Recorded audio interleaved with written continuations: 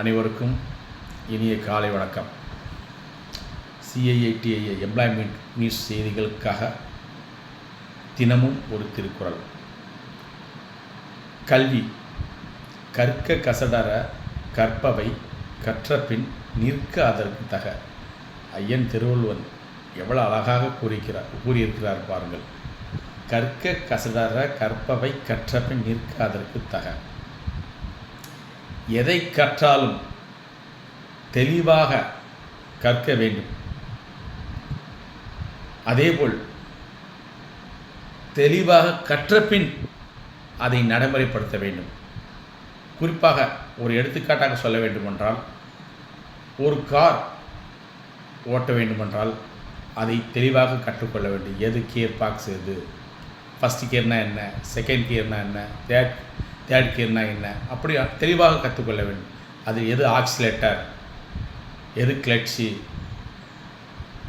அந்த மாதிரி தெரிஞ்சு தான் அதை அனைத்தையும் தெரிஞ்சு லெஃப்ட்னா எப்படி, லெஃப்ட் இண்டிகேட்டர் என்ன, ரைட் இண்டிகேட்டர் என்ன, டீசல் எல்லாமே தெரிஞ்ச பிறகு தான் அதை வண்டியை நம்ம ஓட்ட வேண்டும்.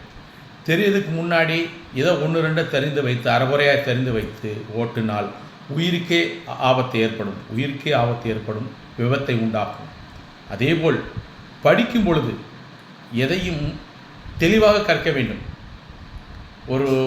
ஒரு எலக்ட்ரிக்கல் ஸ்டூடெண்ட் இருக்கான்னா, எலக்ட்ரிக்கல் ஸ்டூடெண்ட் எலக்ட்ரிக்கலோ அல்லது மோட்டர் மெக்கானிக்கோ அல்லது ஏசி மெக்கானிக்கோ முழுவதும் கற்று தெரிதல் வேண்டும்.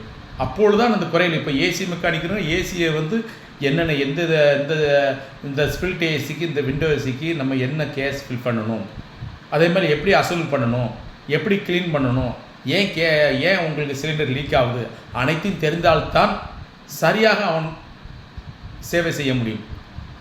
ஆகையால் எதை கற்றாலும் தெளிவாக கற்றுக்கொள்ள வேண்டும்.